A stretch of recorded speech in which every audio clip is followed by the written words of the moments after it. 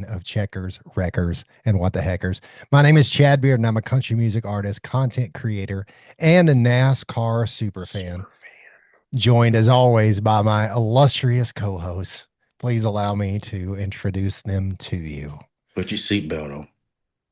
First up, a man whose hair has more swagger than most people's entire personality, whose one-liners can bruise your ego on impact, and who somehow balances working with a Haas factory team while causing controlled chaos everywhere he goes.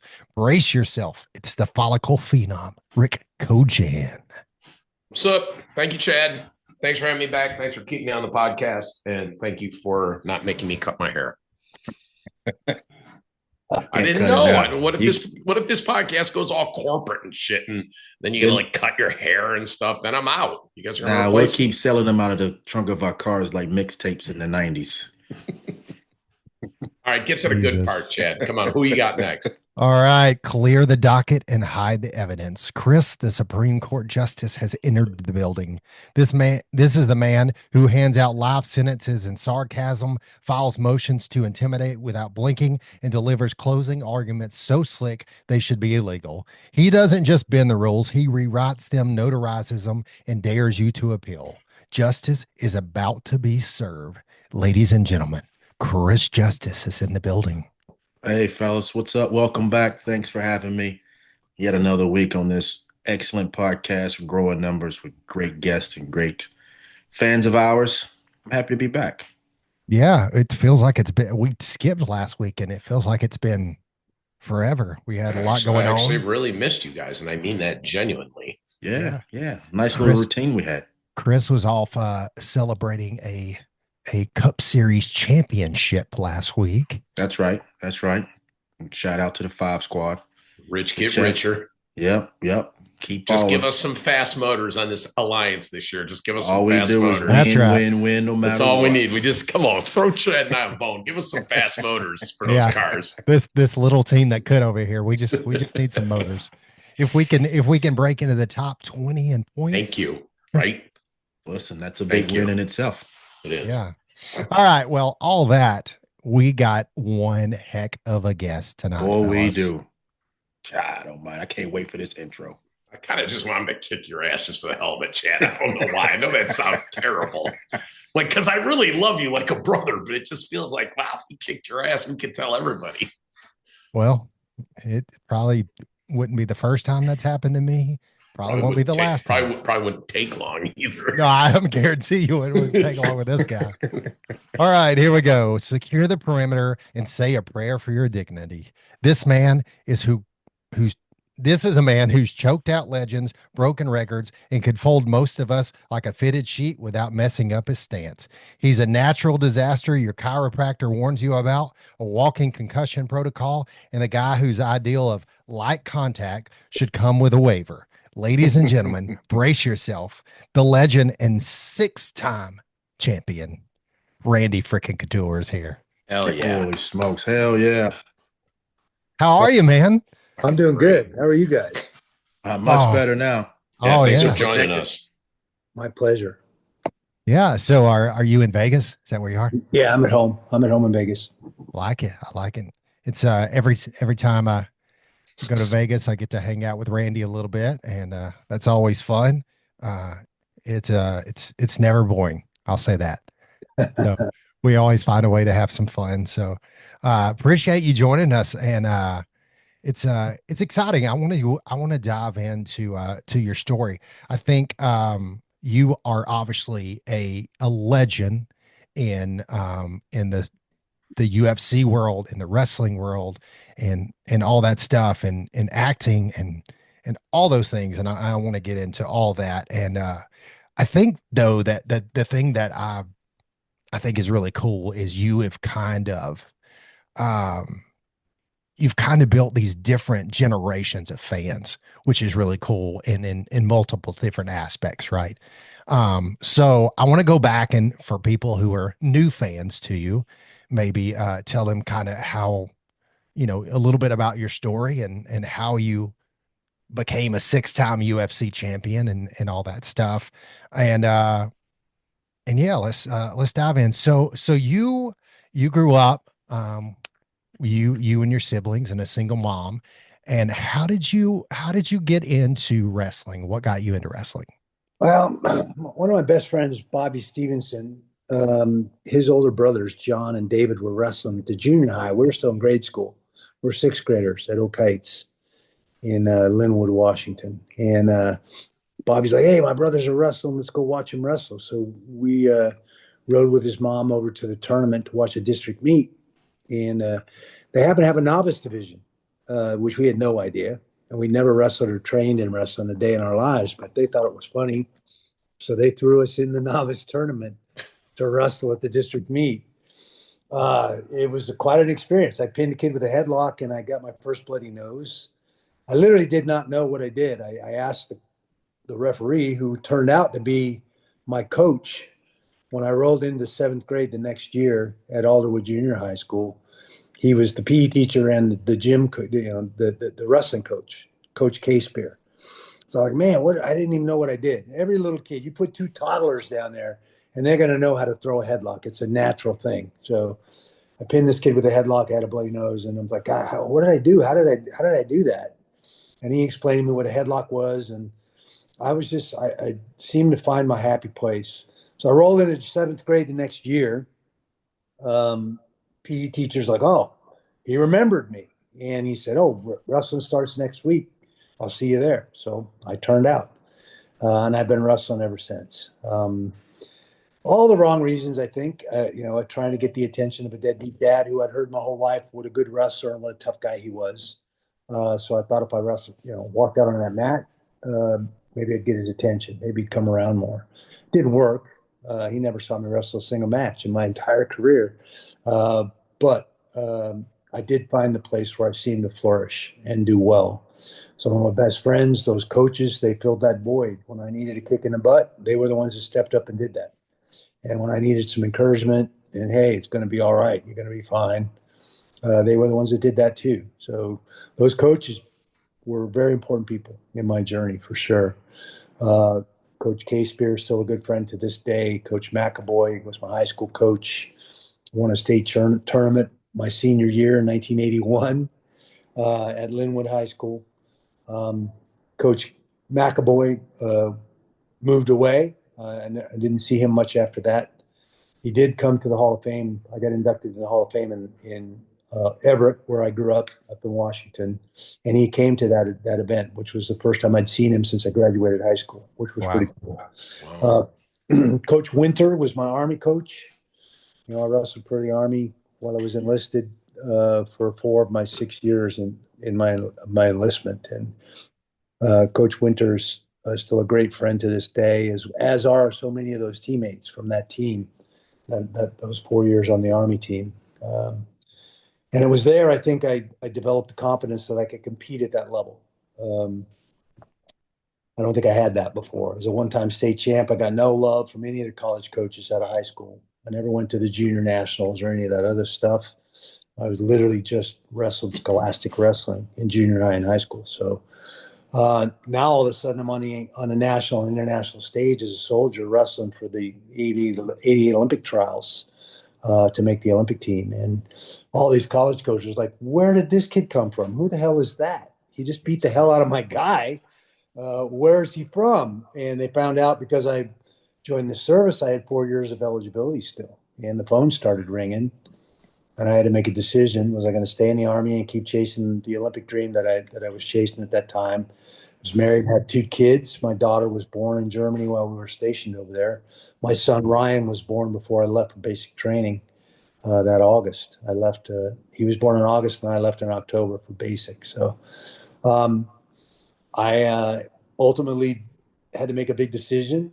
Was I going to get out and chase the college thing and get my degree, or was I going to stay in and keep doing what I was doing? And my coach, Coach Winter, encouraged me to get out. He said, "Man, you're crazy if you don't take a scholarship and go to Oklahoma State." They were one of the 4 schools that was chasing me, trying to get me to go to college. And so with his encouragement, I got out. I drove from Fort Campbell, Kentucky, over to Stillwater, Oklahoma, and started my college career. Rested there for 4 years, was an All-American and all of that at Oklahoma State on a couple of national championship teams. Started winning Greco national titles on the international circuit as well after '88, um, and got hired to coach wrestling at Oregon State University as the assistant wrestling coach. And because I was still competing, the head coach Joe Wells wanted an assistant coach or assistant coaches that were still on the mat, that were still competing, and that it made a ton of sense to me. So the fact that I was, in my late 20s, pushing my early 30s, and still competing at a high level was what basically got me that job. And I loved it. I loved coaching. I loved being on the mat with those guys every single day. I was going to be on the mat anyway. I was still on the national team trying to chase that Olympic dream. And this crazy sport of MMA came along. And one of my athletes plugged in this VHS tape. Man, check this out. It was a cage fight. I think it was UFC 8 or 9. And Don Fry happened to be fighting on that card. And here's a guy, well, my freshman year at Okie State was his senior year at Oklahoma State. I'm like, holy shit, I know that guy. I went to college with that guy. So I was immediately drawn to the sport and intrigued by what Fry was doing, what Coleman was doing, who was somebody I competed against in freestyle and knew of him from college wrestling. So I was intrigued with the sport, but had no clue how to get in, how to start that whole thing. I run into a guy that year in '96 at the Vegas Invitational Tournament as the assistant wrestling coach. Oregon State was wrestling there, and he drove over from California to watch the matches. And we end up having a beer after the finals. And he's like, "Oh man, do you see that UFC stuff? You should do that." I'm like, no clue how to, how to do that. And he said, "Oh, I know how to get the application. I'll get the application and I'll fill it out and I'll send it in for you." And I'm like, "All right." And he did that. They called me a week later, like, "Hey, we got too many wrestlers. We want more exotic martial artists, but we'll put Couture on the alternate list." And I thought, done deal. I didn't even think about it again. Doing what I was doing, wrestling for the national team and coaching at Oregon State. And then spring of '97 rolls around, and I get this phone call about 3 weeks before I'm headed out to go to Puerto Rico and wrestle at the Pan Am Championships, representing the U.S. in Greco against the Cubans and all the other Pan American countries. And hey, you're on our alternate list. We have a tournament coming up in 3 weeks. We can't fill this spot. Do you still want to fight? And I'm like, hell yeah, I want to fight. Sounds like fun. And the head coach, Joe Wells, is like, "Man, I don't like this fighting thing. I think it's bad for wrestling. I think it's bad look for the university. If this is something you really want to do, if the athletic director says it's okay, then I guess you can do it." So I went to the athletic director, set an appointment, and sat down with Dutch Bachman, who was the athletic director at Oregon State at that time. And he's like, "Man, this is the coolest thing I've ever heard of." He was all excited about this opportunity to step in a cage and fight at UFC 13 in the heavyweight tournament. So I got the green light from the athletic director, and I had my first fight that spring of 1997. And I was fought twice that night. Tony Hollema in the first round, and then Stephen Graham in the finals of the heavyweight tournament. Wait, you fight twice in one night? Yeah, it was a tournament format back then. Before that, the tournament was even bigger. It was a bigger tournament. You had to fight 3 times. Holy shit! Hoist a lot of those times in those early days fought 3 times in one night. Which was, quite an endeavor for sure. Yeah, and I want to ask you too, just for a few things. Will you explain? So when you started wrestling freestyle, correct? No, folk style. What we call folk style, which is our scholastic wrestling. Gotcha. The junior highs and the high schools in the United States wrestle American wrestling, which is folk style. That's the collegiate sport. It's a little bit different rules of engagement at the college level than it is at the high school or the junior high school level, but same exact sport. And that's our indigenous style of wrestling. There are 3 styles of wrestling in this country. There's folk style, what we just talked about. Right. There's freestyle and Greco-Roman, which are the 2 Olympic styles of wrestling in the modern games. Right. In the old games, in the ancient games, there was just Greco. That was the original wrestling style back in the ancient games. And explain Greco a little bit, because you were saying that is like judo without the gi. It's a much more upright posture. You can't touch or grab the legs. All the holds take place from the waist up. But there's no gi. So you're still wearing a singlet, So you got to learn all the nooks and crannies of the human body, how to manipulate a guy, get him out of position, grab, attack his body, and figure out how to throw him to the mat to score points. Freestyle and Greco have now diverged a little bit in rules, but back then, freestyle and Greco had the exact same rules and scoring system, with that exception that you could only take holds from the waist up in Greco. So posture is a little bit different. Little did I know back then when I was wrestling Greco in the Army that that was the one style that translated directly to fighting because of the upright posture, the barrier, the cage where you could trap guys against the fence, and in fighting you're in a much more upright posture, striking posture, than you are a wrestling posture where you're crouched over protecting your hips and your legs from being taken down. So I had no idea, but I was preparing myself very, very well for what was coming in the future. Yeah, I was going to ask you like how those things translated to the UFC fighting. Freestyle, in my opinion, doesn't translate all that well. Sure, you have transition skills. You can still move from here to there and take a guy down. But a lot of the tactics and stuff that we use in freestyle will get you in trouble in MMA. You're exposing your neck every time you shoot under a guy. Where Greco has that much more upright posture, which is more akin to striking posture than wrestling posture. And then the other style I think that applies directly is collegiate style wrestling or folk style, because it's all about control, holding a guy on his back, holding a guy on the mat, leg riding. Those are all things that we see in jiu-jitsu, putting those hooks in and mounting a guy on the back or holding a guy on his back. It's all about control in college wrestling, collegiate style wrestling. And that absolutely translates to ground fighting and controlling a guy on the ground and fighting, learning to ride wrists and ankles and keep a guy down on the mat and hover over him and make his life miserable.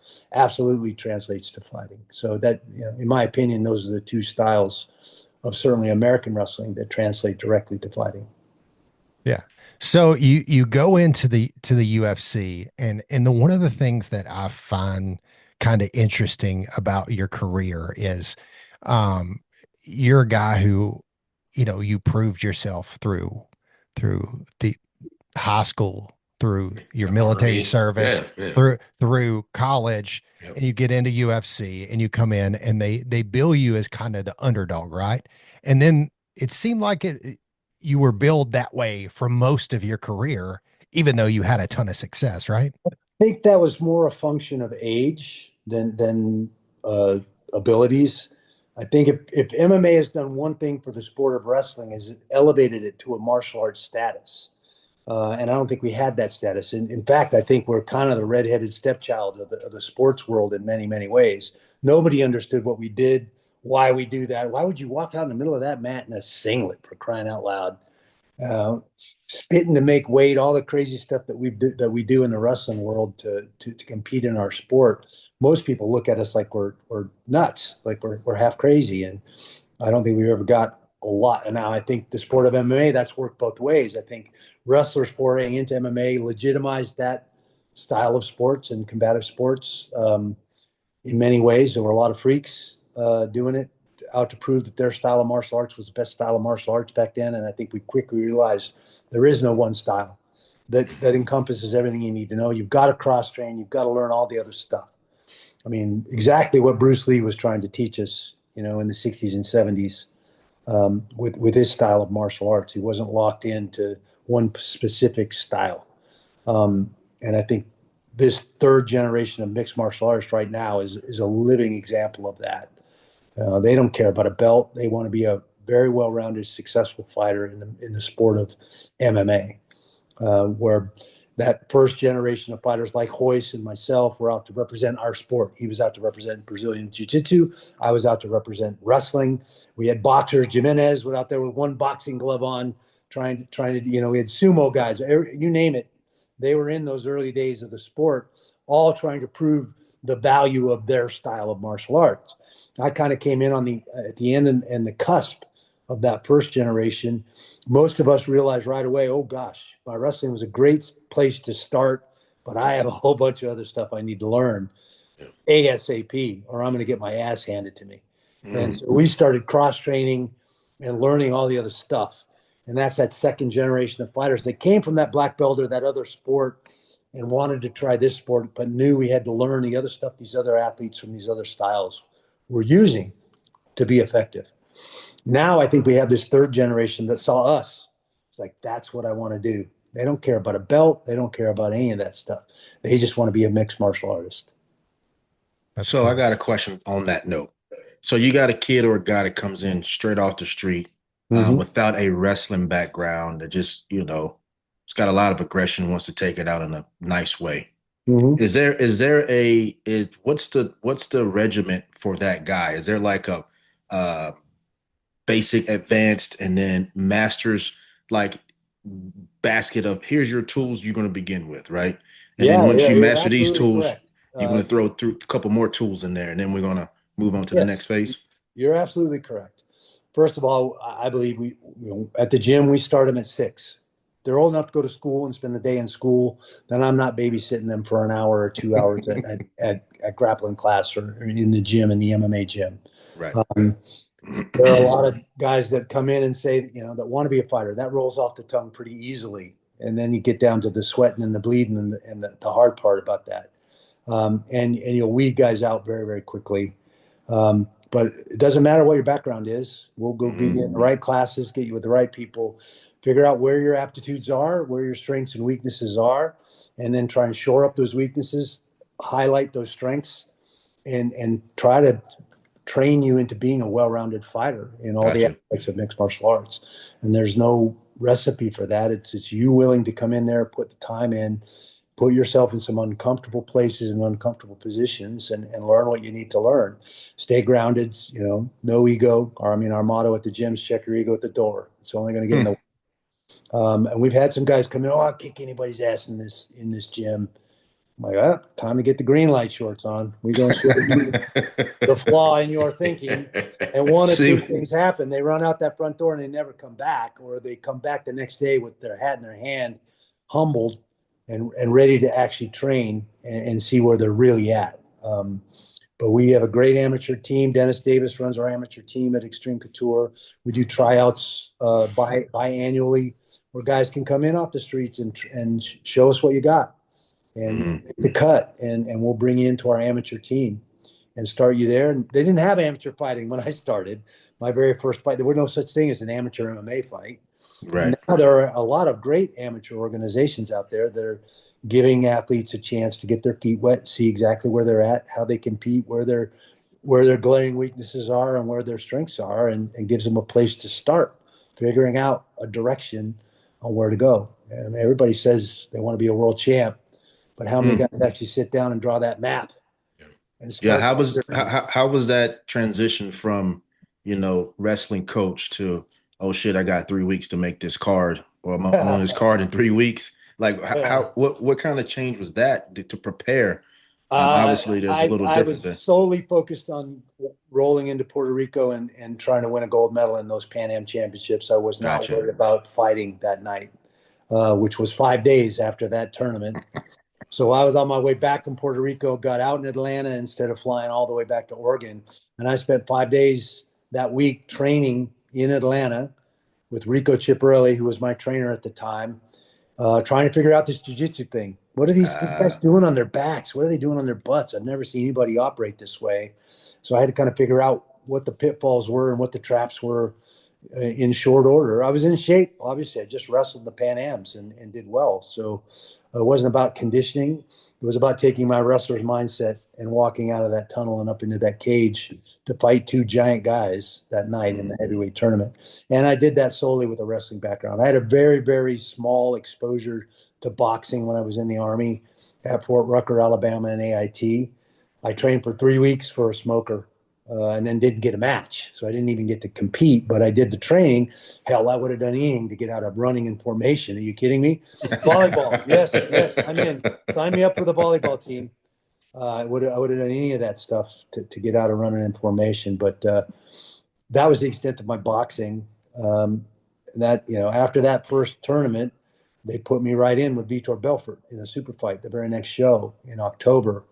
I'm like, man, I need to get a boxing coach. This kid just smoked Tank Abbott in 60 seconds with a jab cross combination that nobody was getting out of the way of at that time. I think he had 4 fights at that stage of his career, and he had an aggregate time for those 4 fights of about 3 minutes. I mean, he was just smoking everybody. Wow. And that's who they tell me, oh, we want you to fight this guy. And I'm like, whoa, all right. That created a little rub with the head coach. You know, like I said, he wasn't too keen on the fighting. So I did that first fight and won, and the guys on the team all loved it. It, you know, definitely changed my life. I lost my autonomy in that moment. Couldn't just be walking around. People started recognizing me just from that first UFC alone, and it was kind of wild. And I don't know if I'll ever get used to that. But again, now they want me to fight again that October. Well, now all the guys are back in town, and wrestling season is starting. And I've got to go to coach now and say, hey, I've got to go to California. I've got a boxing coach lined up so I can get my boxing up to proficiency so this guy doesn't knock my head off. They want me to fight again.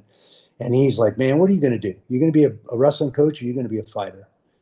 And I'm like, coach, they are paying me more for this one fight than you pay me for the whole salary. Year yeah, for sure. as an assistant wrestling coach.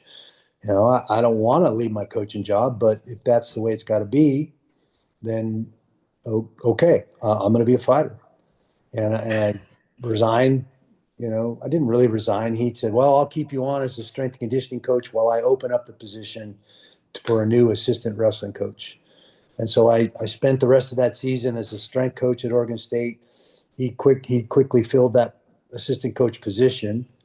And at the end of that season, I was gone. I wasn't there anymore as a strength coach or an assistant wrestling coach, which was fine. I actually was a little irritated at the time that he forced me to, you know, gave me that. Yeah. But looking back, I'm glad he did that because I would have tried to juggle all of that, and they all would have suffered. I was it would have hurt both. Yeah.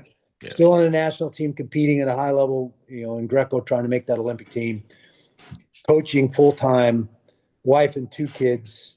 And now I'm going to try to fight full time. That something definitely would have suffered. So I'm actually thankful that Coach Wells forced me to make a decision there, and he was right. So I think the sport is good for wrestling. Like I said, it's elevated wrestling to a martial arts status that it didn't have before. I think you look at just about every promotion in the sport, most of the guys sitting in those belts, in those title spots, all have wrestling backgrounds. So you get in, you start defeating people. They start referring to you as the natural.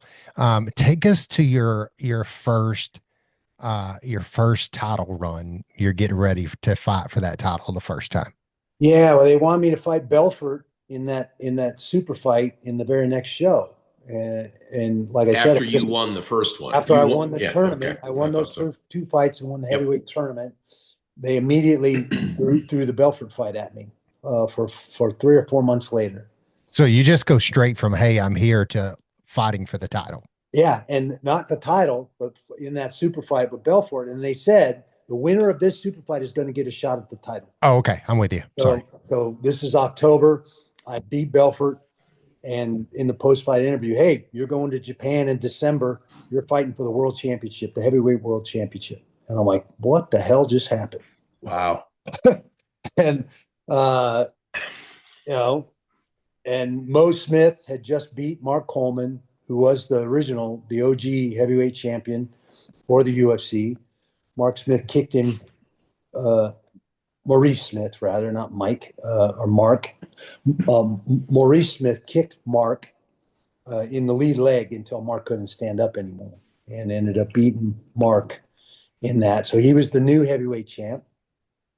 And that's who I fought in Japan, in Yokohama, Japan, for the first heavyweight titles that I was in.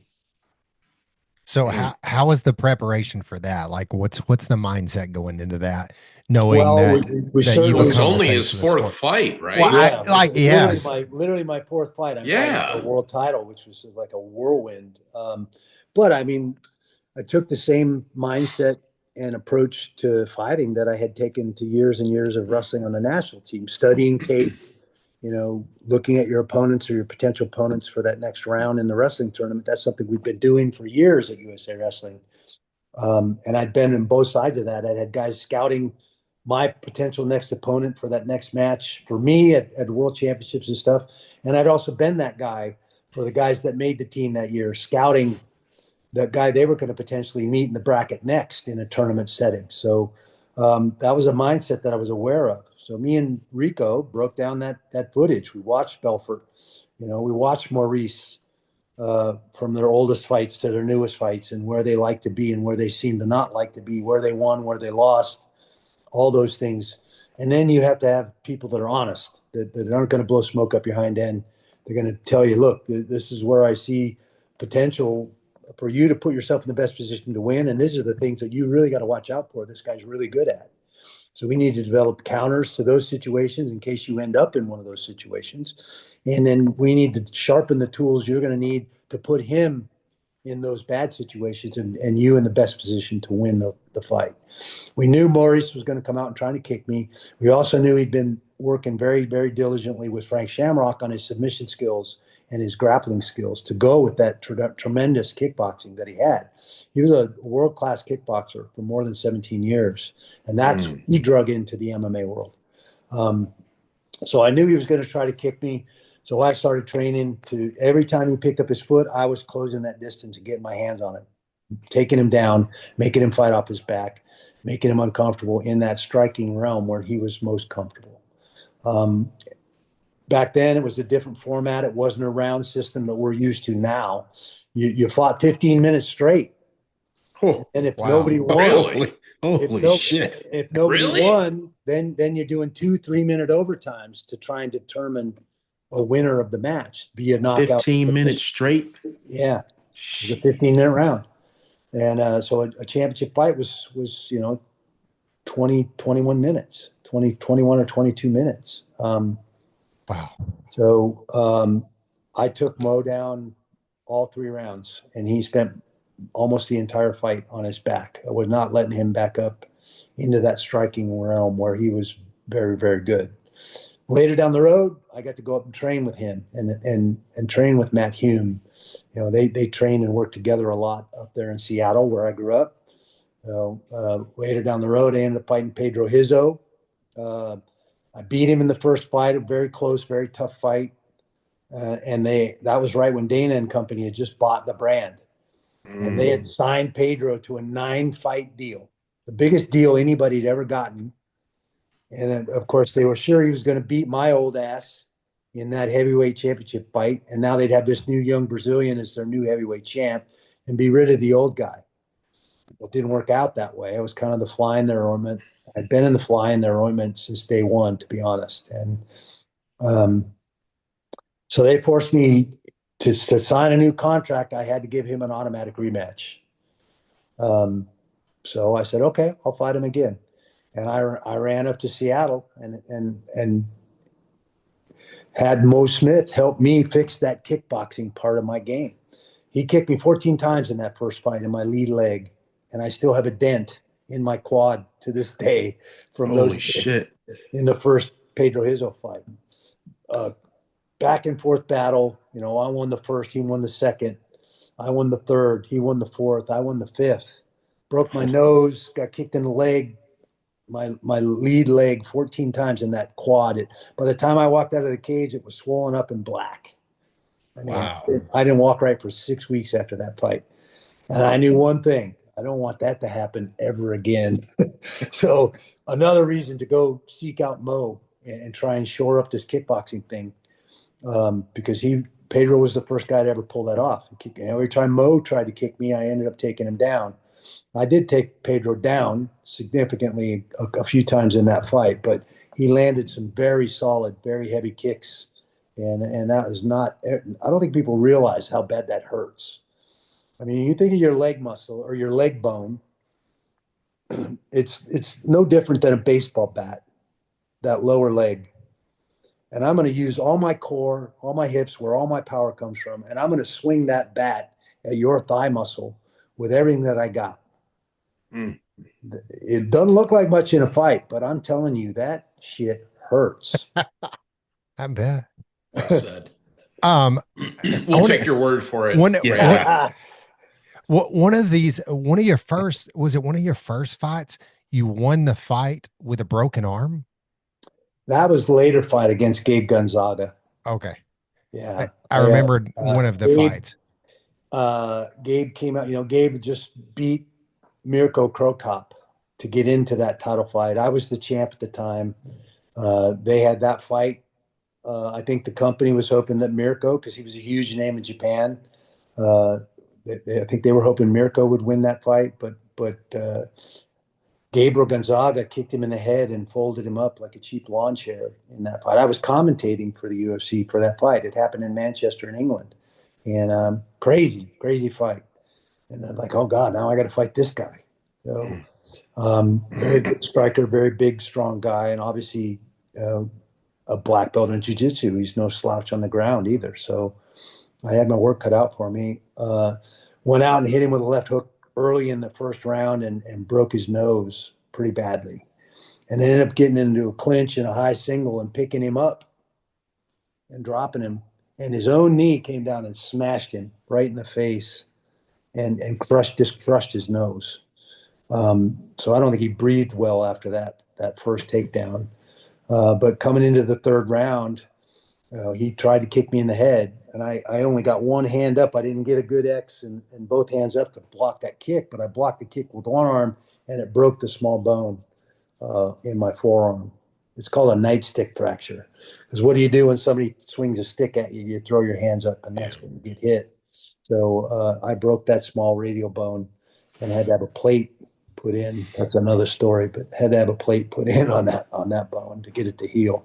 So he's barely breathing, and you got 1.5 arms. Yeah. Thankfully, That's not bad. That's not bad, Chris. Good job. Way to set it up. After he kicked me, I fought my way right to the clinch. I could feel the bone clicking, but I'm like, it didn't hurt with adrenaline. I mean, you just don't feel a whole lot, to be honest. Right. I took him down, climbed to full mount, and pounded him out and finished the fight with the broken arm. And that was the end of the fight. So thankfully, it worked out, and it worked out well. You say you just don't feel a lot. I mean, I've been in nothing like that, but like I've been in my fair share of fights in my life, right? It always hurts. And I want to like, what is it inside you as you and your opponent are beating the snot out of each other that makes you keep going in this? Because I get hit, I get hurt. I'm like, screw it, I'm done. Like, you know what? Yeah. I mean, like, I get that, but like, this is your career path and this is like what you do. Like, what makes you sign up for that every day? Well, a whole bunch of that comes from that wrestler's mentality. I mean, wrestling's a pretty physical, brutal sport as well. And obviously the rules of engagement are different, but it's still an individual combative sport. You're still walking out in the center of that mat by yourself and let the chips fall where they may. So you're going to get out of that experience exactly what you put into that experience. If you were lazy and cut corners, it's probably coming out on the mat in front of everybody. And so I already had that wrestler's mindset from the time I was 10, walking now into a cage at 34, 34 years old. I'd been wrestling at a very, very high level. I won my first world championship in wrestling in Greco in the military in 1988 at the military world championships. So I transferred that wrestler's mindset and looked through those wrestlers' eyes as I walked up those 4 steps into that cage. And now I had to learn all these other skills and skill sets to go with that mindset and that physicality. So like I said, immediately started boxing, immediately started trying to find jiu-jitsu practitioners that would train with us. None of them would train with us back then. No black belts. I mean, Eric Paulson and John Donahue were the only 2 guys that me and Dan Henderson and Matt Lemon and a bunch of us from the wrestling world that were foraying into MMA could find that were black belts in jiu-jitsu that would work with us on what these jits guys were doing and how to figure them out. And we were more than willing to share any of the wrestling knowledge that we had, but jiu-jitsu was just a very closed system at that time. They were scared everybody was going to figure out what they were doing, and the secret would be gone. And I just think that was a flaw in their thinking at that time, because I think it put them in a position to not keep up with the sport as it progressed and evolved very well. And I think a perfect example of that is when you saw years later, Matt Hughes and Royce Gracie got paired up at that fight in LA. And frankly, Royce just didn't fare very well. Here he's a master, literally one of the guys that invented this style of Brazilian Jiu-Jitsu and revolutionized martial arts for all of us through that Jiu-Jitsu mindset and creating this venue of the UFC, because that's how this whole sport started, was in their gyms, the Gracie gyms with their house fights. And this was the platform they were going to use to promote Brazilian Jiu-Jitsu around the world. They did that very, very well. What they didn't do in trying to keep that system closed was keep up with the sport as it evolved into the hybrid combative sport that it is now. And I think you're seeing a lot of jiu-jitsu practitioners now that are very, very good, that are keeping up with the sport, that are being well-rounded, learning wrestling skills and transition skills, learning great striking skills and all the different striking styles. You're seeing a lot of those guys now, but back then it was a little different. So when you win this championship, when you win the world heavyweight championship, what's that like? What's that feeling like? What's it like to be number one, to represent the UFC, like to be all of that? Well, he's in Japan, first of all. So. Yeah, it's very satisfying to accomplish a goal, to set out. And at that stage, that first time, like I said, it was a whirlwind. I didn't set out to be a world champion. Fourth fight. Fourth fight, you're champ. Fourth fight in. I went into this thing on a whim in another country. Try it out, and now in 4 fights, I'm fighting for a world title. I was flabbergasted. Couldn't believe it. Now the second, third, fourth, fifth, and sixth, I set out. I retired from wrestling in 2000 after the Sydney Games. So now all I had was fighting. I didn't have to juggle both of those balls. And I could focus solely on chasing a world championship and being the best fighter I could be. I didn't have to worry about getting on the Greco mat or maintaining my status on the national and international level anymore. I had to let that Olympic dream go. So one thing I didn't accomplish in the sport was making the Olympic team and winning that medal. But everything happens the way it's supposed to happen. I was very well prepared for the volatile sport that is MMA. I lost twice in the NCAA finals. I'd lost 4 times in the finals of the Olympic trials to make the Olympic team. Now, I made 4 world teams, which is the same basic process in a non-Olympic year. Right. So I knew I was capable of competing at that level, and I'd beaten world champs, world silver medalists, plenty of them. So I knew I just had to put it all together and do it and get the timing right. I was notoriously overtrained when I was wrestling for the national team.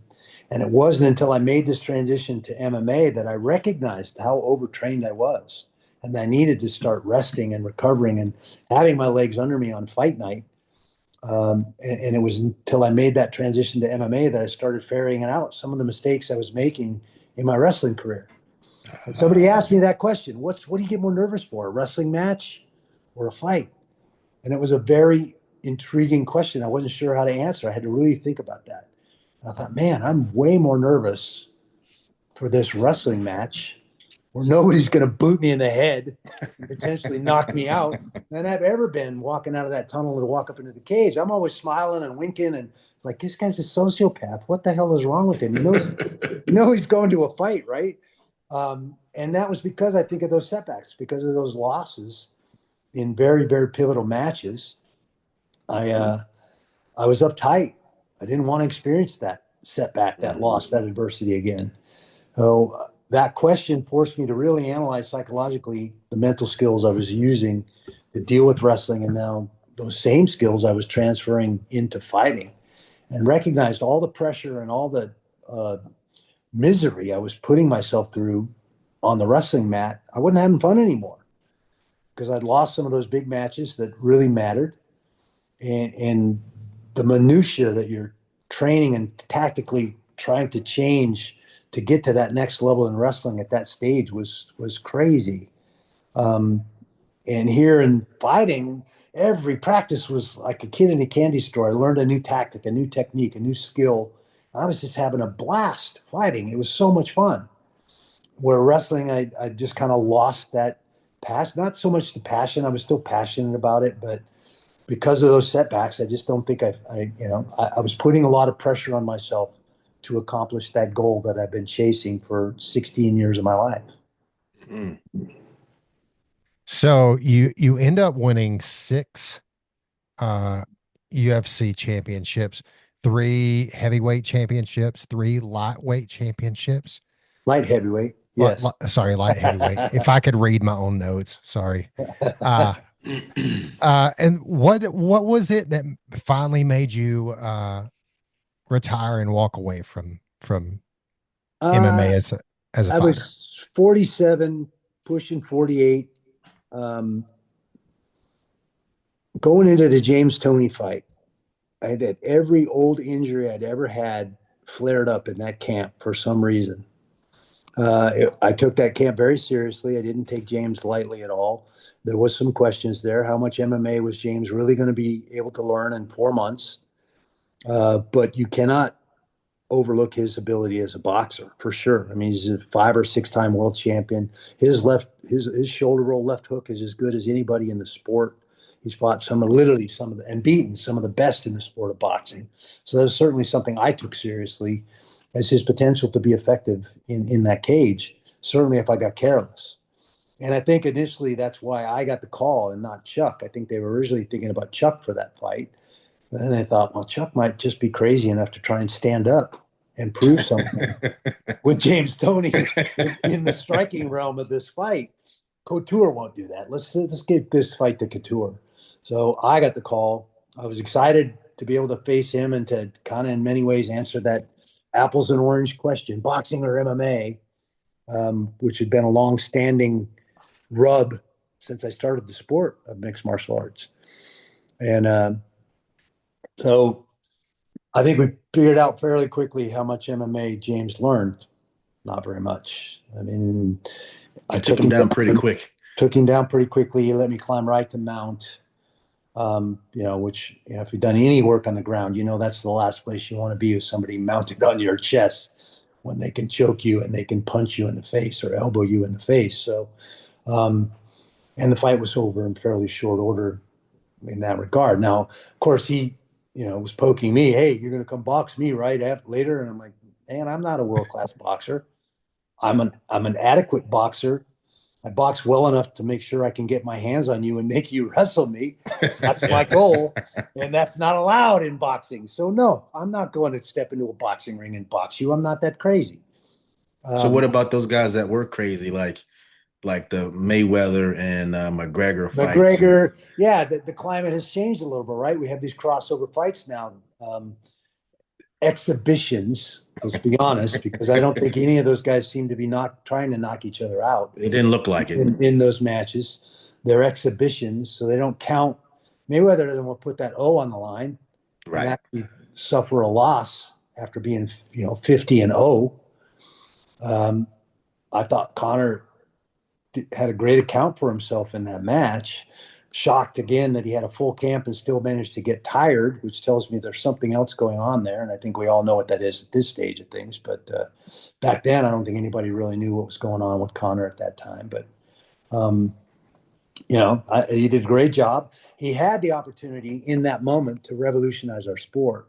Mm-hmm. The second he got that boxing license in the state of California, his contract with the UFC was null and void.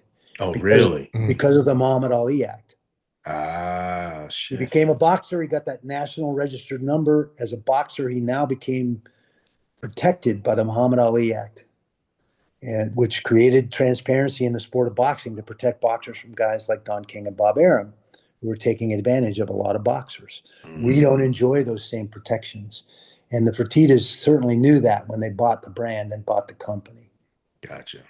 So, yeah, you want to see a piece of crap contract, take a look at one of these bad boys for the UFC. It's pretty horrendous, one-sided piece of junk, but all of us want to fight. So at the end of the day, until we unite. Sounds familiar, doesn't it, Chad? Until we unite. Like they need a union, right, Chris? Well, union model doesn't work, but the Fighters Association for sure. And we have one, the MMAFA. The biggest problem with the MMAFA is that most of the guys involved in the MMAFA are already retired. They don't have any real skin in the game. And they're not active top-tier fighters that have some leverage. And that's voice. Exactly what we need. We need that Curt Flood of baseball to step up in MMA. Now, I certainly tried to do that in 06, 07, taking the UFC to task over their crappy contracts and some of the BS that they were spreading. but none of the other fighters got behind me. None of the other fighters saw the wisdom in what I was trying to do. Why I'm persona non grata with the company to this day, because I held their feet over the fire over their crappy contracts, their ancillary rights, and a whole bunch of other stuff that they wrap up into those contracts. Why should I be signing away my ancillary rights in every category? That means if I wanted to write a book, do an action figure, be involved in a video game, be in a motion picture, I would have to ask their permission to do that. It's the same Outside of the model, ring. the Right. same exact model that the WWE uses. Mm. So no surprise that they've merged with the WWE under takedown now, because they're, Dana and company are using the exact same model. And what do they reward? Publicity stunts and shit talking, just like the WWE. I mean, it's really not that much different anymore, at least in that promotion. Gotcha. And now what's going on? An investigation into over 100 fights by the FBI as to whether they were works or not. That certainly doesn't look good for the promotion and the brand. No, it does not. Wow. So, first class action just settled. The Lee class for their practices and their contracts. The real issue with that settlement is there was no injunctive relief. There's nothing in there that forces them to do business differently going forward. They had to pay 1,100 fighters a significant amount of money that the judge deemed, they should have been paid more, basically, is what the judge was saying. But now this second class, the Davis class, that's still pending and probably another year or two before it settles, actually has injunctive relief wrapped up in it. So when it gets settled, that will force the UFC and then ripple effect all the other promotions in the sport to change the way they're doing business and create some transparency in our sport. How is any fighter supposed to negotiate his fair value in the marketplace if nobody knows how much money these promoters are making off of any given event? And their goal, price tag on that, as a company, is to keep the fighters under 20% of the take. And they do a great job of that. It's 13 to 15% of the take on any given fight in the UFC that revenue goes to the fighters that fought on that card. Show me another professional sport where that's the case. Well, NASCAR apparently is having that battle right now. That discussion's going on. Yeah, that discussion's going on right now. Still more than 20%. Yeah, that's that NASCAR is headed to court in 2 weeks. 2 weeks. Over exactly those pay? things. Not driver pay, but team. They're lack for of revenue monopoly. Sharing off of a $7.7 billion TV contract. I see. So Michael Jordan, sort of same but different. Yeah. Well, I think the company being sold to WME in 2016 for $4.2 billion certainly got a lot of fighters' attention. Like, what? They are not paying me nearly enough. Wow. They bought it for $2 million in 2001, and they sold it in 2016 for 4.2. Bought it for $2 million. Yep. Sold it for 4.2 billion. B. That's quite the return. That is correct. So so after you finish up your fighting career, you've done absolutely nothing. Holy crap, what haven't you done? You decided to go be a movie star in Hollywood. You opened your own line of gyms and MMA training centers. You have a huge foundation for veterans, and you are involved in a bourbon company. Let's list the things that you haven't done, Randy. Let's start with the bourbon. Four Branches Bourbon. It's an amazing bourbon. It's only been on the market now for 2 years. 4 soldiers from each of the 4 branches of our military came up with this concept. I'm good friends with all of them now, but the Army guy in that equation, RJ Casey's how I got connected to the brand. I've been running a foundation for wounded combat veterans since 2007, trying to get back to that community from my 19 to 25-year-old, but wearing the uniform was a pretty impressionable time for me. And I think I look at the world in a particular way because of that experience. So now, in a different stage in my life, I get a chance, certainly since 9/11, to get back to many of those men and women that have put their butts on the line, not only trained to do all the things I trained to do, but had to actually go out on the combat zone and do those things. And many of them coming back messed up, Yep. injured both inside and outside. And '06, Rich Franklin and I got to go to Iraq and spend 12 days on the ground in Iraq in the combat zone, which was an eye opener for me as a former soldier. And then in '07, I got to go to Walter Reed and Bethesda in DC and the Fisher House. Don Fry and Ken Shamrock went with me on that trip. We put on a big barbecue at the Fisher House, which takes care of caretakers, moms, wives, fathers, whose loved one is in that hospital getting fixed up. Um, that was my first time getting to walk the wards and meet a bunch of men and women fresh off the battlefield that had been wounded. And to a man or woman, they couldn't wait to get back and get back to supporting their platoon, their squad, their guys. And I'm like, whoa, whoa, easy, slow your roll. You've done enough. You've already been wounded. You don't need to go back. You've done your thing. But that was their attitude, and it was overwhelming. Also heard the woes. My mom's car has been stuck in that parking garage right there for the last 9 months. We can't afford the fees, the tickets, basically, to get the boot off of it so she can drive back home and keep her job. Because I've been getting fitted for prosthetics and learning to walk again for the last 9 months. So those stories really irked me. And there were a lot of them. So that was the impetus for me to go out and file for 501c3 status and start doing some events with my gym staff and my friends to raise some awareness about what these folks are going through when they're in transition after they've been wounded, and to raise some funds to take that pressure out of their lives. And we've been doing that now for 17 years. That's incredible. Wow, that's badass. That's awesome. And how can people get that bourbon if they're looking for that bourbon? We're officially released in 7 states right now, where you can get it in the liquor stores and the bars and stuff. We're able to ship to 41 states through our distributor. So it depends on your state liquor laws, which of those other states we're not allowed to ship to, because the state liquor control boards control it a little more strict than some of the other states. But go to fourbranches.com and it'll give you a map there, and you'll know which state you're in. You can literally have it drop shipped to your house.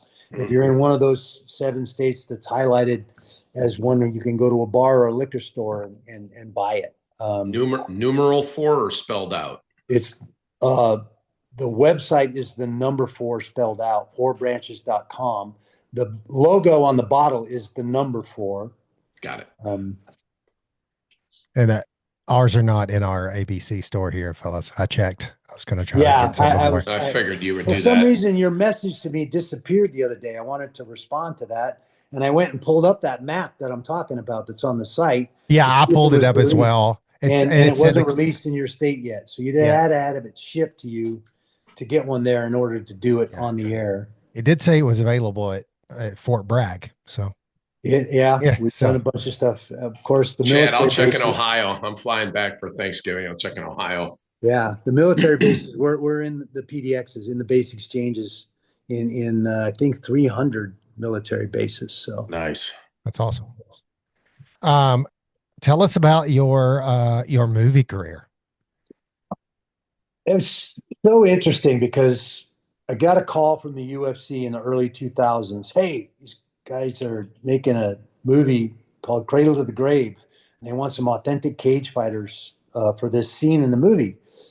Do you want to do that? And I'm like, well, hell yeah, I'll do that. That sounds like fun.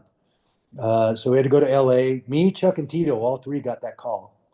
And Chuck and Tito actually fought each other in that movie, and that's in the day when they wouldn't fight each other in real life, which I thought was very funny. Interesting. Listen, I had one line in the movie. Let's go, chicken shit.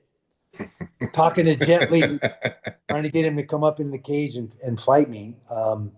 My first opportunity to be on a film set. I'd done a TV commercial back in '96 for Nations Bank going into the Atlanta Games, which happened to be a SAG gig.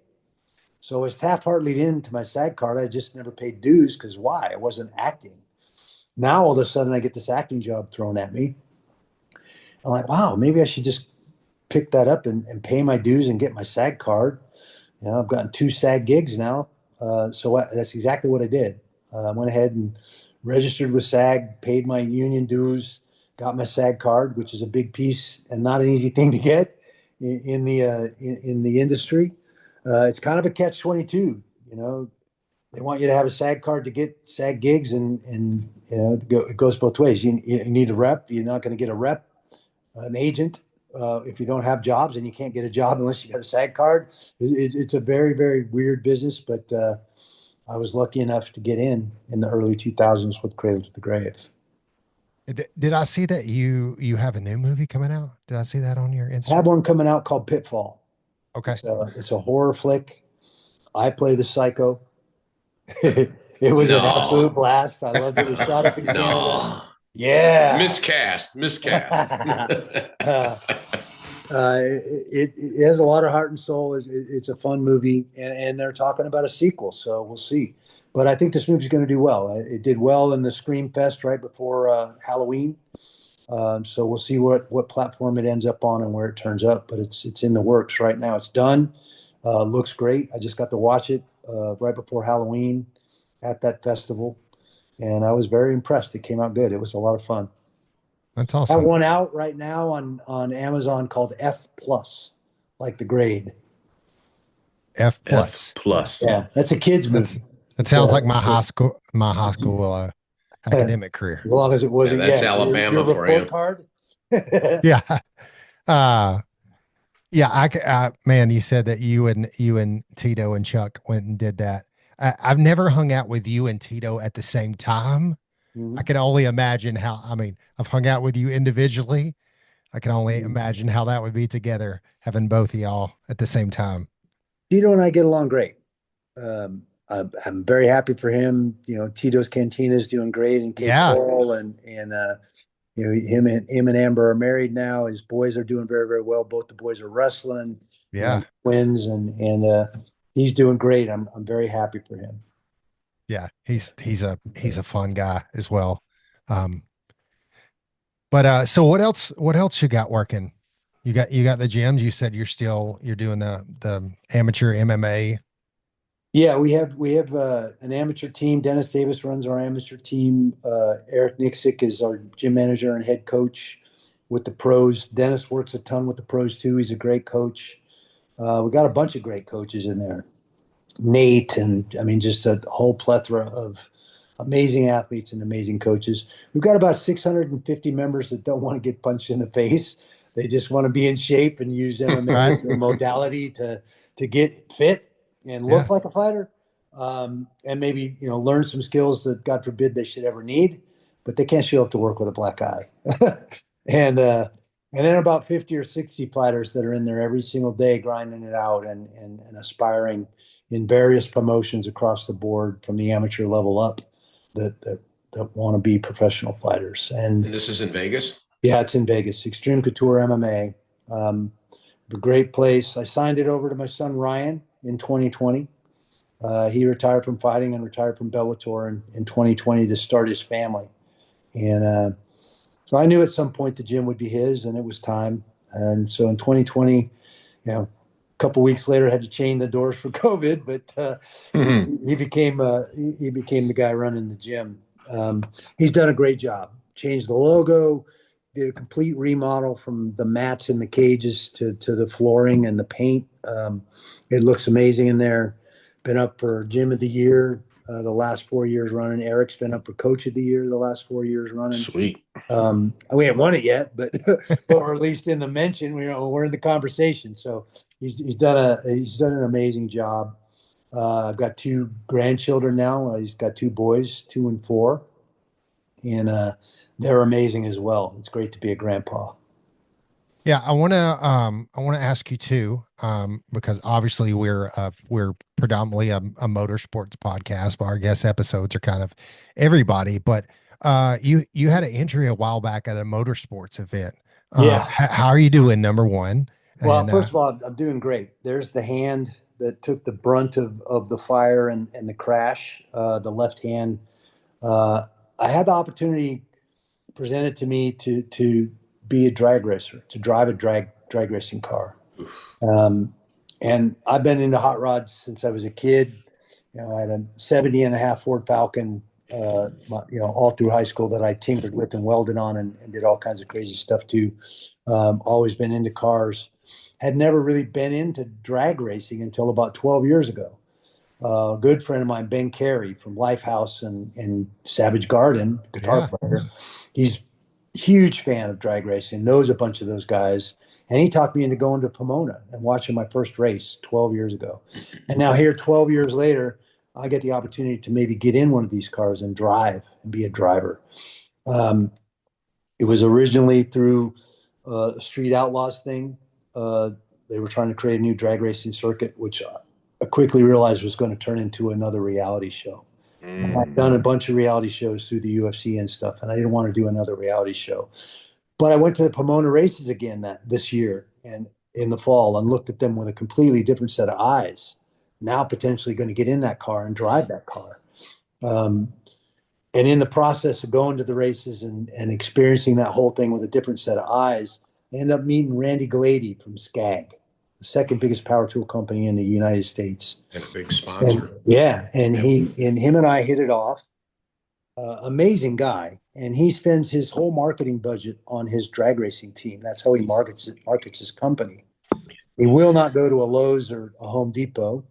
He's only mom and pop stores, which again is something I really respect and admire, and his appreciation for the working man. And so we hit it off, and ultimately on a handshake deal, he said, "Man, I want to sponsor you to drive one of these cars and be on my race team.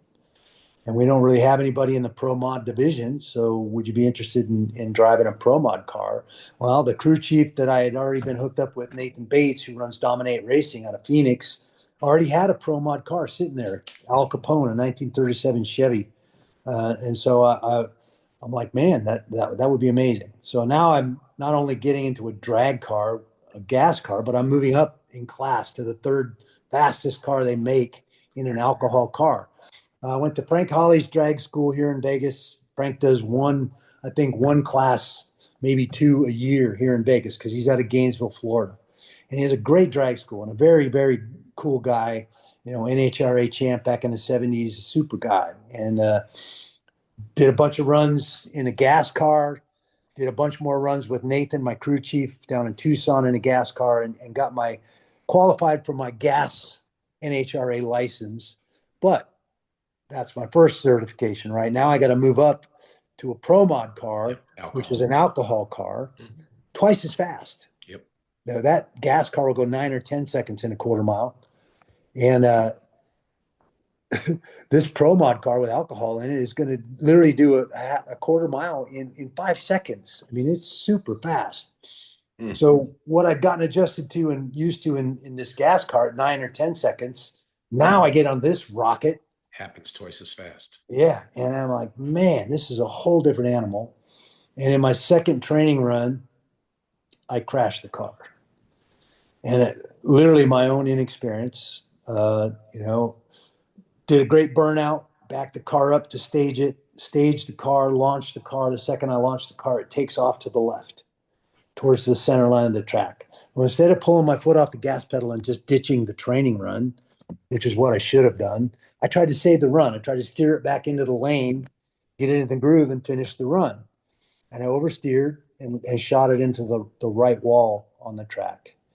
And then once I hit the right wall, you're along for the ride. You're not steering that car anymore. I shot all the way across the track and hit the left wall because, if you're going to do it, why hit one wall? Hit them both. What the hell? A pinball. Yeah. So I hit the second wall at a pretty sharp angle, and that burst the gas canister, the fuel canister in the front of the car, shot that alcohol fuel all over the motor, and immediately started a fire.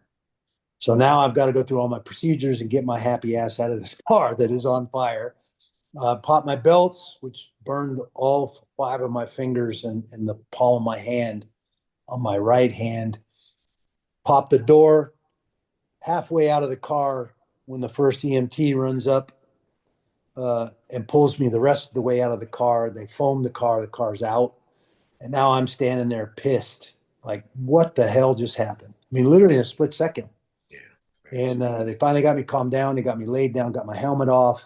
And it was then I started realizing what happened. And they cut all my clothes off, we're 45 miles out of Kansas City in Odessa at the Flying H. We had the whole track to ourselves. There was nobody there that day.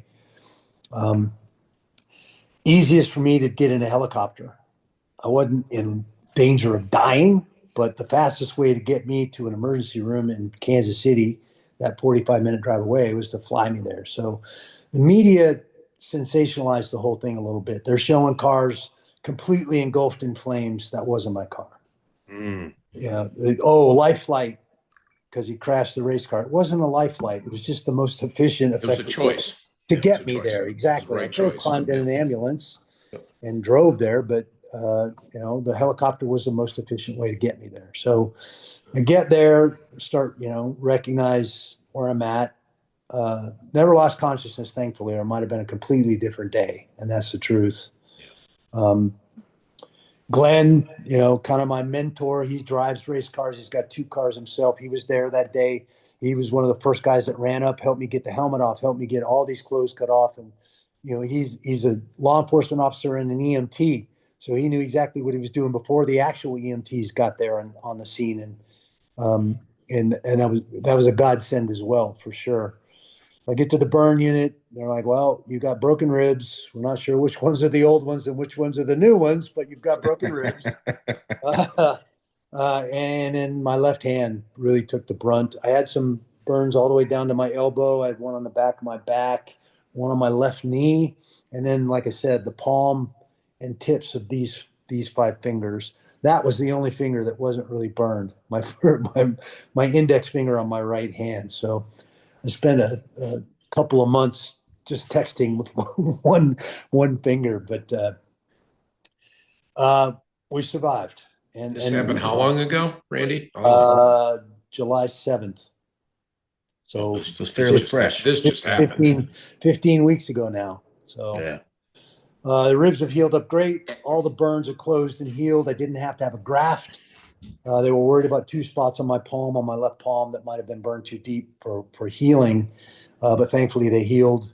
The burn center, both in Kansas City and here in Vegas, because they let me fly the next night back home so I could do the rest of my treatment protocols here in Vegas. So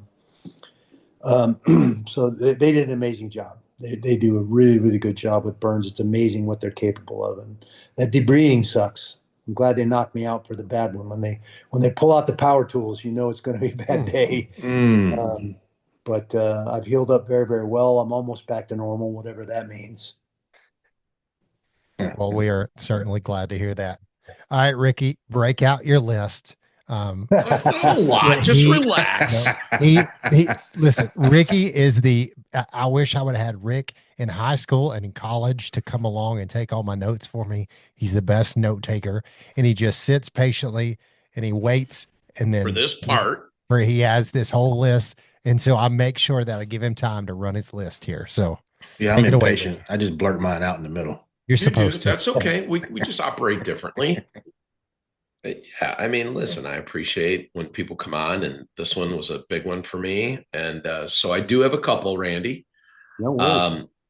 The first one that struck me, and there's a lot of things on here, but I'm going to shorten it. I want to hear what Randy Couture's definition, because you said this, of overtrained is. Give us a picture, and like all hundreds of thousands of people who are going to watch this podcast. Okay, that was bullshit. Of what overtraining is for Randy Couture back at that time. Yeah. Like, what does that look like? You walk a fine line between overtraining and undertraining. You got to find that sweet spot, just like finding the right energy, the right mental state for a competition. If you spend all this energy pre-game, before that match or before that fight, then you're going to probably tank in the middle of that competition, because the nerves. So there's mental skills involved there in controlling that and having a system for keeping those nerves under control. The same thing is true about coaching. I was always one of those guys that I knew from being both in high school and the Army, coach. You got to run that extra mile. You got to be that guy that's willing to do that extra work. If you have any hope of beating anybody, you better be willing to work harder than they are willing to work. That's a particular mindset that was bred into me. And certainly, as one of those guys that wants to achieve, then you start lining up for sprints and lining up for different things at that level with a bunch of the other best wrestlers in the country, and you're doing your best to try and stand out. And the coaches like that, and they start using you as that example of how it's done, of the effort that you're putting forward. And then what's just as important as that time you spend on the mat putting in work is that time you spend recovering and letting your body adjust to that work and settle. And we as Americans have a tendency to especially in wrestling, I think, to overtrain, to work too hard, to not give ourselves that recovery period before competition. I had, again, this person asked me this question, and I had to really analyze that and go back and look at all the things I had accomplished and the things I didn't quite get there on, and why that was. And this is what stuck out to me, is that I continually was overtrained and not giving my body that time to recover, so that when I walked out there, when it counted, when that big match against that silver medalist or that gold medalist or that former world champion was going to happen, I had my legs under me, and I was in the proper physical state to go out. I knew I had the mental state to go out and beat those guys, but the physicality to be able to go out and put it all together and get in that flow state. That's what we're all trying to accomplish in any certainly in an individual combative sport, and I think in any team sport as well. You're all trying to achieve that state of mushin, that flow state where everything slows down and everything just happens exactly the way you trained it. I mean, that's when you know you got it right, and boy, you certainly know when you got it wrong too. Yeah. Certainly in our sport, you're probably laying on your back looking up like, what happened? And I've been there too. But overtraining is just not keeping track of your resting heart rate. Before you roll out of bed every morning, take your heart rate and write it down. Now you're going to find as you get into shape through a camp, your resting heart rate is going to continue to plummet, to go down, sometimes into the 40s even, which is very low. But that means your conditioning is good. Now all of a sudden, that as you transition through that plan you drew out to get to that night, all of a sudden your resting heart rate starts rising. Well, what's going on here? You're probably on the verge of or already overtraining and not giving yourself an active rest day where your body has to recover. Those cells and those muscles and all those things inside of you physically have to recover for you to then go out and reap the benefits of everything that you did, all the work that you put in, if that makes sense. That does I don't make know if sense. that's the specific answer. I think you were wanting to hear what the actual workouts looked like when I was overtrained, but it was more of a mindset of just going hard all the time. And we as Americans, certainly in the wrestling world and the Greco world, were notorious for that. What we couldn't do technically, we would overcome through effort, through working and working harder than our opponents. Greco's not a terribly popular style in this country. There's maybe 500 full-time Greco-Roman wrestlers in the United States. There's not a lot of professional coaching. That's why the military focuses on it so much, because it'd be tough for them to compete against all these freestyle guys that are getting professional coaching at colleges. So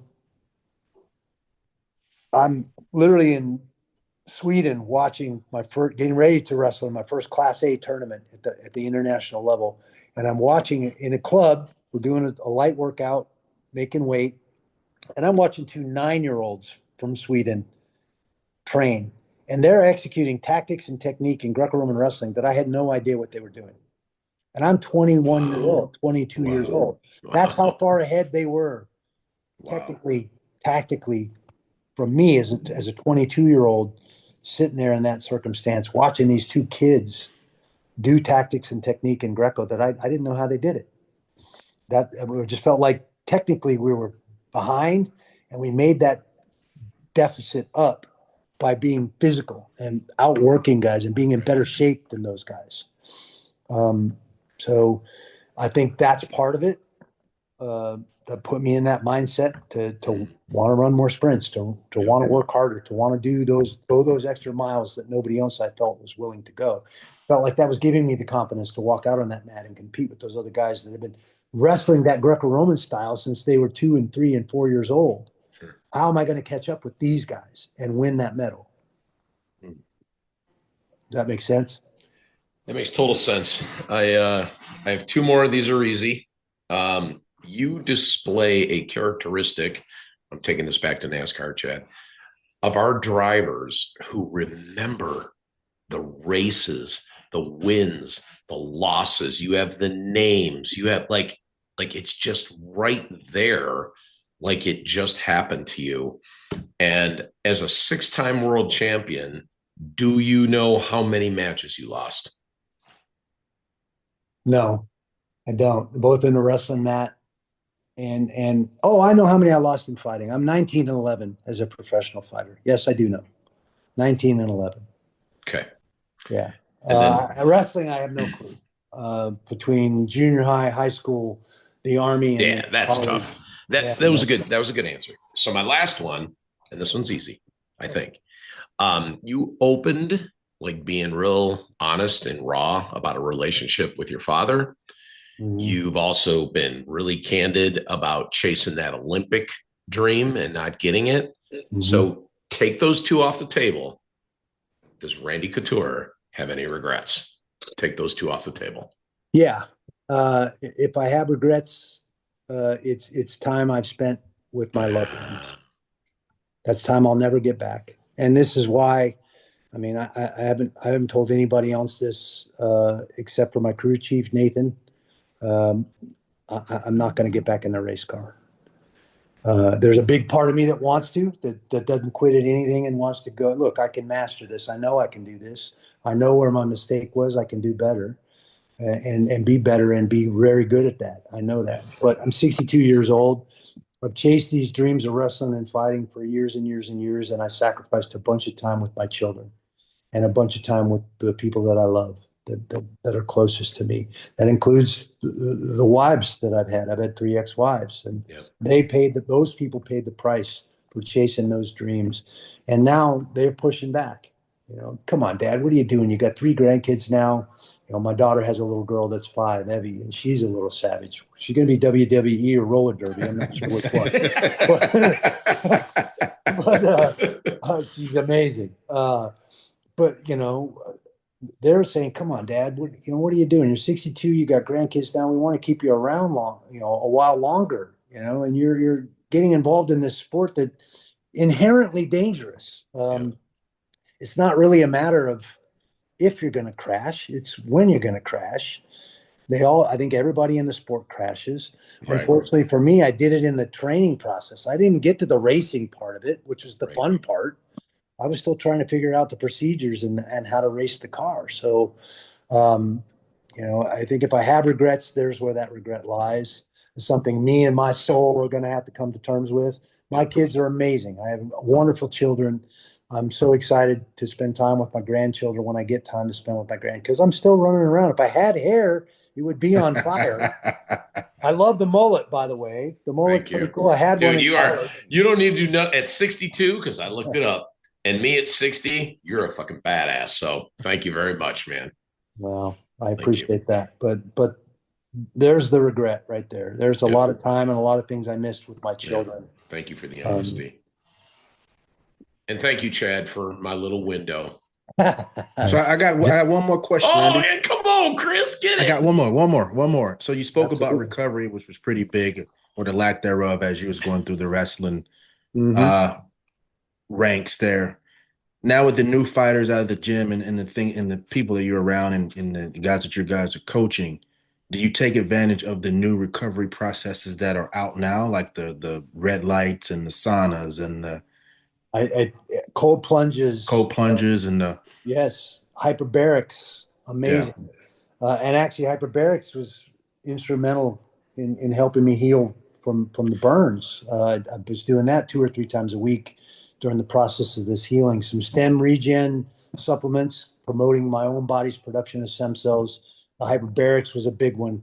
Collagen peptides, I even got a hold of some BP 157 to help me recover. And I had some blue scorpion venom, which is a supplement out there you put under your tongue, and it takes a ton of inflammation out of your system, which sounds crazy, but it's great stuff.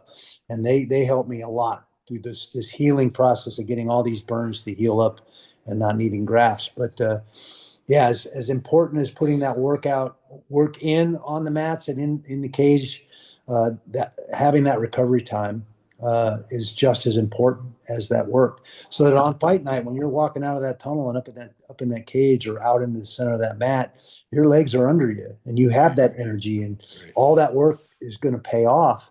And if you just ran yourself into the ground and never gave yourself that time to recover, you're going to be flat when you walk out there and it's time to really compete and put it all on. Right. Does that same recovery kind of apply post-fight? I think post-fight is a huge piece. Obviously, we have a ton of modalities out there, from ultrasound and everything you can think of, cold plunges and all that, to recover from the injuries that you're going to sustain. What I see in the younger fighters is they do this. Now they're either commiserating or celebrating that victory or loss. Mm-hmm. And then they don't get back in the gym, some of them for up to a month. Oh, gotcha. That's what always, and now they're almost starting all over again to get themselves back up into shape. And there's where I see a bunch of the injuries come about. Trying to climb your butt back up into shape because you let yourself go a little bit. Right. Mm-hmm. Well, you can recover in a whole bunch of ways, but it doesn't mean not getting your butt back in that gym. That's the fun time to be in the gym on the mat. Because now you can play around with a bunch of tactics and technique where you got a problem. That guy you're fighting staring you in the face. You have to focus on the skills and tactics you're going to need to solve that problem. It's not a time to learn new skills, develop new tactics, new things. And so in between fights is the fun time to be in the gym. You can play around and put yourself in weird situations and let guys take you down and work up your back or whatever the case. Work to get out of it. And learn a bunch of new skills and use these new modalities to help yourself recover from electric stim, red light saunas, hyperbaric chambers, cold plunges, all these I lost the word. One of us got punched in the head for a living. All the supplements, all the supplements. But Chad does that too, but we just figured it's because he's from Alabama. So yeah, Chad. Yeah. You got punched in the head. I made decisions to run into people for a living. The 2 mini strokes I had. That helps. Chad's just from Alabama. There's awesome. Thank So you, a Chad. whole bunch of modalities, and I think that's why athletes like I am were able to fight into my late 40s, because the science of athletics has come so far. So and I tell this to kids all the time, oh, what's your favorite car? Raise your hand. Tell me what your favorite car is. You get the Lambos and all the other kind of cars out there. And like, okay, man, I'm going to buy you that car, but here's the caveat. You got to take that old motor oil from that old tractor over there in the farm, and you got to put it in that car. How would that be? Like, whoa, why would I do that? That body you're sitting in right now is the only car you're going to get for your entire life. You got one chance. Entire time in this realm. So if it's not okay to put that motor oil in that fancy car of yours, why are you putting that soda pop in that car you're driving right now? Yeah. Why are you putting all this other crap in that car and expecting it to run like a sports car when you're putting that dirty old motor oil bullshit in it, frankly? And that strikes home with them. A lot of them. Perfect. Oh, God, you're right. Oh, that's a good analogy. It is. So, yeah, that's awesome. Well, thank you so much. You have been so generous with your time, and we appreciate it. Yeah. And this has been such a great conversation and super insightful. And hopefully we get you out to a NASCAR race. Well, I didn't know you partied with him in Vegas. Why didn't you tell me when I was out there for the SEMA show? Yeah, Chad, why you didn't tell us? Well, I told you, I literally sent you guys a message and said, Randy has a booth at SEMA. Go see him. I didn't realize who Randy was at the time. Well, if you guys come to Vegas, you need to come by the gym for sure. What booth were you at? I was in the booth with the new race car with my crew chief with Skag. Were you at really? SEMA. Yeah. Shit. Man, we I missed I it, literally know Rick. sent all you those guys a NHRA screenshot. guys. We used Yeah, to sponsor. Nathan has built a new car. It's a 57 Bel Air, a new Pro Mod car to replace Al Capone, the one that I wrecked. And so we got to display the car and be at SEMA this year. And So you must have been in Central Hall then, yeah? we were in, Had to be Central. You weren't in. You were not in North. I think We we were were in in North. West. I think we were in West Oh, Hall. you were? We remember we tapped Yeah. into West for like 3 minutes. Yeah, we We did. walked right out the back door and saw the Nitro Circus guys performing on their jumps with the motorcycles right there. We were right in that hall right there. Gotcha. Yeah, we missed that one, Ricky. We went over to West for like 2 seconds. Yeah. Yeah. Well, I will say pretty much every time I go to Vegas, Randy comes out to the show, he hangs out, and I guess we first met probably, man, 10, 12 years ago when I was working for a group called Trick Pony. Yeah. Rick, I don't Up know in if you Alaska. remember. I wasn't I in know Keith Alaska. well, Heidi Yeah. and Keith Yeah. and Kyle Bruich. Yeah. Kyle was the I'm still guitar friends player at with that Kyle. time. Kyle's a Yeah. great guy, and So, obviously Keith and Heidi went their separate ways. yeah. Saw Kyle recently in Nashville. We're promoting the bourbon, and I hung out Yeah. with Kyle a little bit in Nashville recently. He's doing well. He just got married. Had a baby. Yeah. Yeah. But I'm a huge fan of country music. You can't go to Oklahoma State. Yeah. Yeah. That's true. I didn't like country music before I went there. Honestly, You're gonna when you leave. it grows on you like a fungus. You got no choice. And that's what happens when you get into But- racing too. That's how we feel about Chad. He grew on us too. And we love him to death. I appreciate that. That was nice. That was kind. I meant that. Oh, anyways, well, hopefully NASCAR comes to Vegas twice Twice a a year. year. Yeah, so Let's just have them out. Now we have new friends, I mean, Rick. Chad, you know Ben Carey. You know exactly who I was talking about, the guitarist for Savage Garden and Lifehouse. yeah, I don't know him personally, but I know who you're talking about. Yeah. Yeah, because that's what took me up to Alaska to be up there with Heidi and Keith. Yeah. Okay. And, Trick Pony opened for that backyard barbecue. Yeah, so that was I think that was like a Then- month before I started working for them. Yeah, and then when you started working with them, we were at Gillies. Yes, we were at Gillies. Keith had just gotten married. Yeah, oh my God, yes. He shows And up. I ended up in the green room up there, and I did a little speech Yes. about those two getting married that night. Well, and at that point, I wasn't even working for them anymore. I was playing shows next door Oh at the wow! Mirage. So, that's funny. but I came over to see them and hang out with them. And Keith walks in, and he's standing there with a shirt on that says groom or husband or something. Yeah, And she walks in with a shirt that says bride, and we're like, "What is happening here?" They're like, "We just got married." that's fun. What? So. Yep. They're Yeah. still kicking it, still doing well. Yeah, I texted him. His birthday was a few weeks ago, so I texted him on his birthday. But yeah, and then what was I guess probably, well, it was 3 years ago the last time I played, because it was 3 weeks after my grandmother passed, Oh wow! and you guys came out. Where was I playing that? Were you at Losers? Yes, at Yeah. Losers inside the. That was actually my first time at Losers. Now, Oh, I've yeah. been to Losers in Nashville, but I had never been Yeah. to Losers in Vegas. That was my last time there, but Yeah, they they said, I don't think you exactly fit what we do, but also could we use that picture on our social media that of you and Randy in the booth? Sure, thanks. You don't Yeah. fit what we do. Yeah, I mean, I'm like, what didn't fit? The packed out room. Oh, it worked out great too, because there was a Rodent and Fields convention going Oh. on. And listen, if I have a demographic, it's middle-aged moms. Buddy, I packed that place with middle-aged moms. And it was, You're not just a they- super fan, you're super with the MILFs, dude, That's what it sounds like to me, Rick. right? listen, Chris, come on. let me tell you something that you guys may not know about. I literally, I have mom groups. Literally, they call themselves mom groups all over the country that were like the little fan bases. I have a huge one in Chicago. We believe this. Like, and they show up every time I come out. But anyways, it was fun, Randy, and I think that's the last time we got to hang out. But we need to do it again soon. NASCAR will be back Vegas there 2026. Come on, 2 dates. Let's do it. Yeah. So we know people. Yeah, I'll send you a text. We'll get together. Are you coming back out Nashville anytime soon? We've done a PFL in Nashville now, so there's a fair chance the new PFL season is going to start up. Professional Fighters League, commentating for them. And last year we did a show in Nashville, so there's a fair chance when the new season starts up in April, we'll be back in Nashville.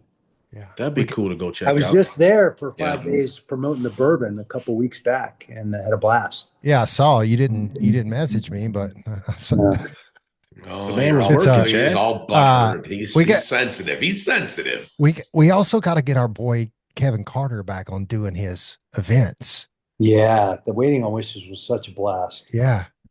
So I was bummed when they discontinued that. I think I did six years in a row, and then missed year 7, and then they didn't do it again after that. So yeah, because you weren't there the year that I did it with my apron there. Yeah, fun event, really cool cause. Yeah, St. Jude's is amazing, and absolutely. that was fun. Yeah. Well, thank you so much for the time. We appreciate it. If people want to check you out, where should they go check you out? Your social media, I'm on all the social. XC Natch on Instagram, Randy the Natural Couture on Facebook, Randy_Couture on Twitter. X, not Twitter anymore. Holy hell. I still You're call old it school. We know what you I meant. still call it Twitter. But yeah, that's where you can find me on social media. Chad, is he available on text, or that's not social media? Rick refuses to do social media. So. Whatever. I'm old.